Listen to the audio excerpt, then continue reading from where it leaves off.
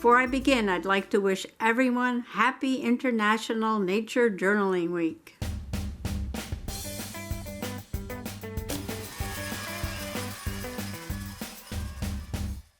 Today's journal prompt for Nature Journaling Week is animals, but my page is about inviting nature into my yard, which of course includes the animals.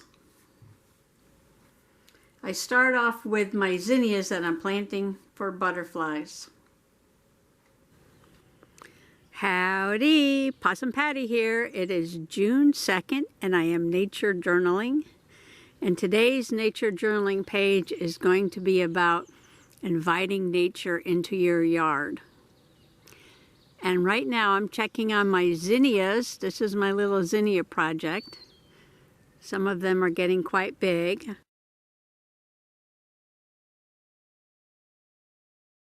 I transplanted them from the muffin tins out to this little patch in the front yard. And the butterflies love the zinnias. So hopefully by midsummer, I'll have blooming zinnias and lots of butterflies.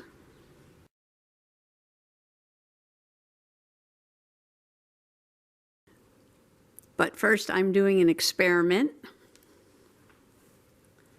I'm going to take this overripe banana and mash it with some brown sugar, which I already have in the bowl, and add just a little bit of beer to that so it'll ferment.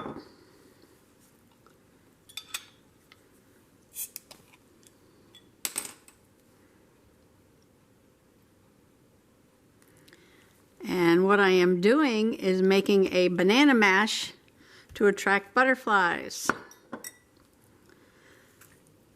So I'm just going to mash up a banana with some brown sugar and a little beer.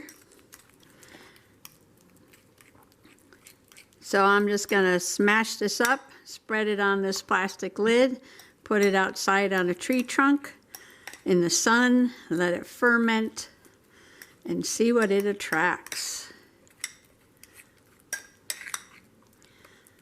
Because there's some butterflies that like this stuff.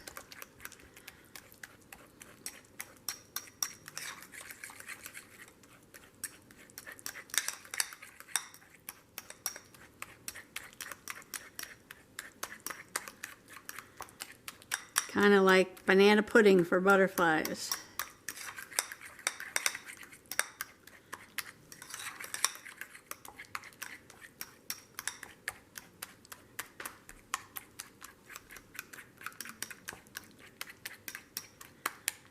Okay, that looks pretty good.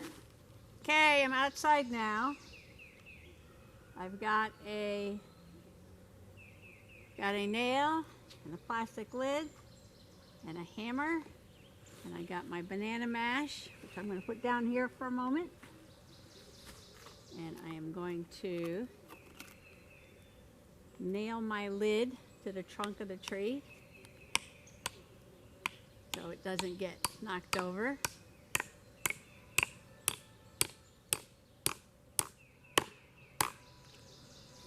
Nice and sturdy. And then I'm just going to, where's my spoon? Take my plastic spoon and put this on there.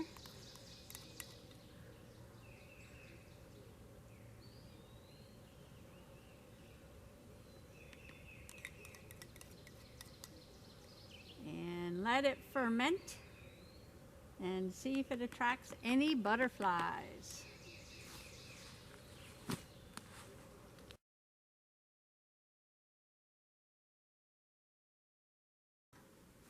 I'm doing a little experiment with the horsetails. Now this doesn't have a lot to do with animals, but I've only found one colony of horsetails on the property and I'd like to start a new one. Now I'm working on my other experiment, and that is growing these horsetails. And if you hear noise in the background, that's my husband on the other side of the house. When he comes outside, he plays a radio. When I come outside, I listen to the birds.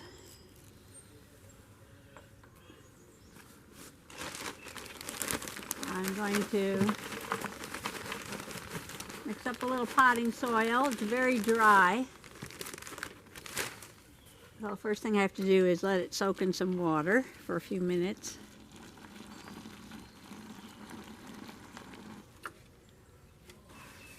And these are the muffin tins I use to sprout the zinnia seeds in. I'm going to reuse them. Try to grow horsetails.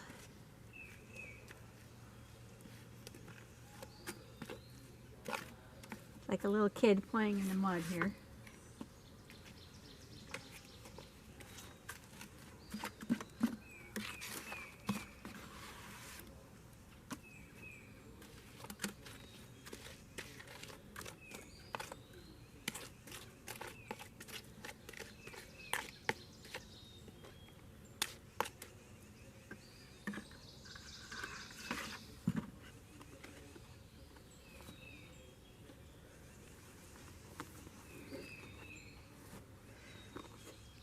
Okay, I am just going to take these little bits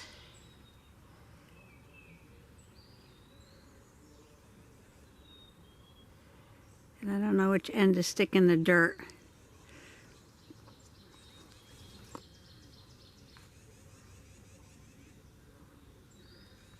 I decided I would just lay them on the dirt. See what happens. I think I only have 3.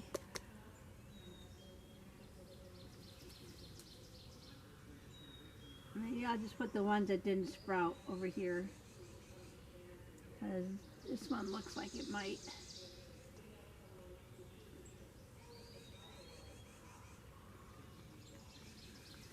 So I have the 3 that have sprouted. 1, 2, 3.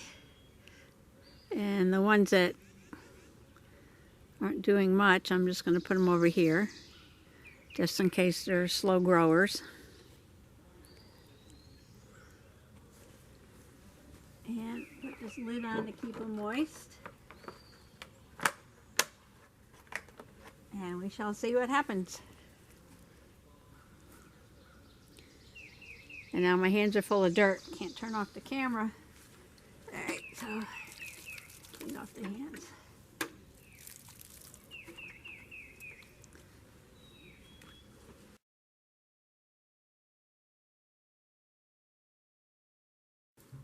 So when I was out putting the banana pudding for the butterflies on the stump, I went over to check the Royal Ferns. And for the very first time, I saw a fertile frond. And I just saw something I've never seen before. And that is the fertile frond of the Royal Fern. Say that 3 times fast. The fertile frond of the Royal Fern. So my Royal Ferns are making spores. And this is different than the interrupted, where you have some leaflets and then the spores and then some more leaflets. On the Royal Fern here, it's all at the tip of the frond. And there's one there.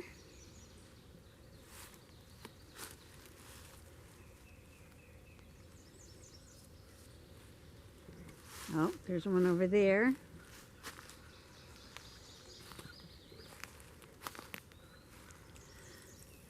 These are greener, so this is younger, I guess. And this one turning brown over here. So this looks like a healthy little patch of Royal Ferns here.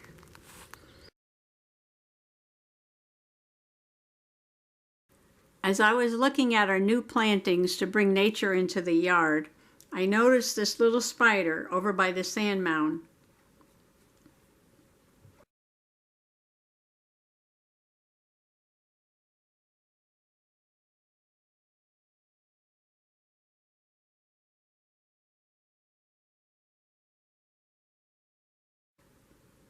I think it's a young yellow garden spider, which is an orb spider.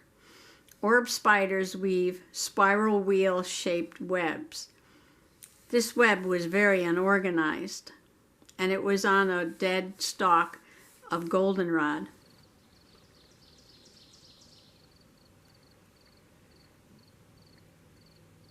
But maybe it's young. It's so little, it must be young. It's just learning how to make a web.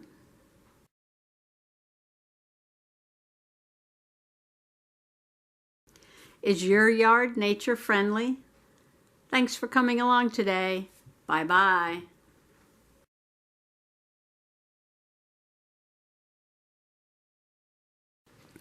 And another way to invite wildlife into your yard is to make some food available for them. Now this is a native yellow twig dogwood, and it had some pretty white flowers, and now it is making berries. And these berries are eaten by many songbirds, plus birds like turkeys, squirrels, chipmunks, raccoons, fox. Just about everybody loves these berries. Here's the pretty little flowers. And then pretty soon we'll have a bunch of berries for the wildlife. Another way to invite nature into your yard is a pile of rocks. And this jumble of rocks was made by the construction company that built the house. We didn't have much say in it. But it is home to several snakes, ringneck snake and garter snake. And the other day there was one right over here, and he was shedding his skin. Of course, you need to plant lots of flowers, flowers that will bloom in spring and summer and some for the fall, to keep the pollinators happy. You need to give them lots of sources of pollen and nectar. Bumblebees just love these rhododendrons. They're so happy here. And right next to the house we have this winterberry holly. It's a different kind of holly. It's deciduous. It loses its leaves in the winter, but it makes beautiful berries, and the bluebirds were loving this last winter. And you need a male and a female. This is the female that makes the berries.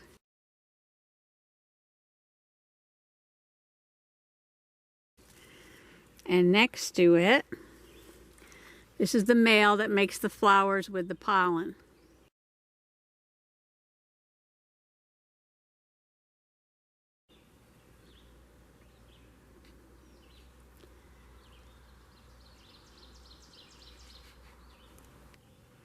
And this is the arrowwood viburnum. It's also going to have berries in the fall that the birds will love.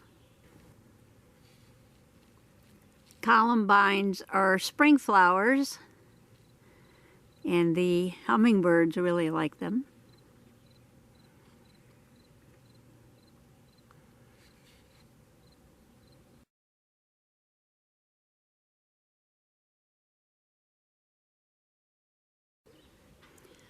And off a little ways into the woods we have a few I like to call habitats, just piles of wood and brush.